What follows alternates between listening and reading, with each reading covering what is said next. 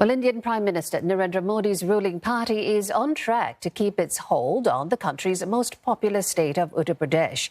Counting is still underway for 5 state polls. The Bharatiya Janata Party, or BJP, is ahead in at least 4 of the 5 contests.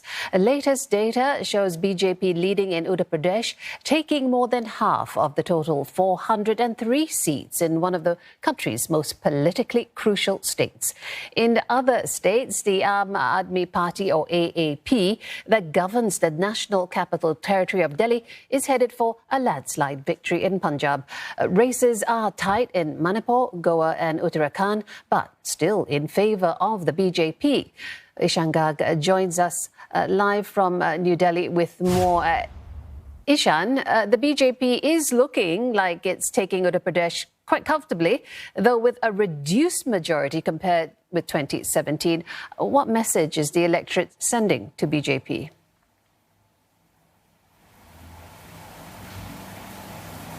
Well, the first and foremost message really is that it's not been as comfortable a victory as it was 5 years ago. So there are certainly issues that the BJP needs to work on.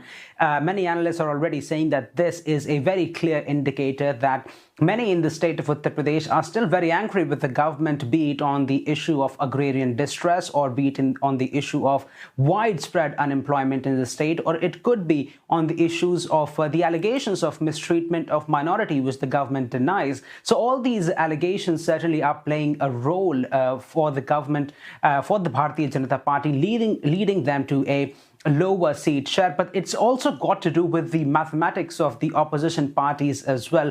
The last time around, the coalition was of a different type of opposition parties, and this time around, it's a different coalition with different regional parties chipping away at Bharatiya Janata Party's social voter base in different parts of the state. So strategically speaking as well, this election has been different, and that's what we are seeing in BJP getting a reduced number of seats, although with a comfortable majority.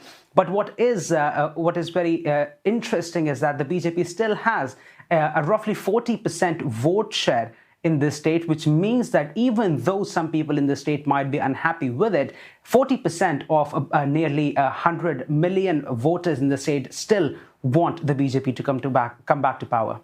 And Ishan, how will today's results set the stage for the next general election that's due by 2024?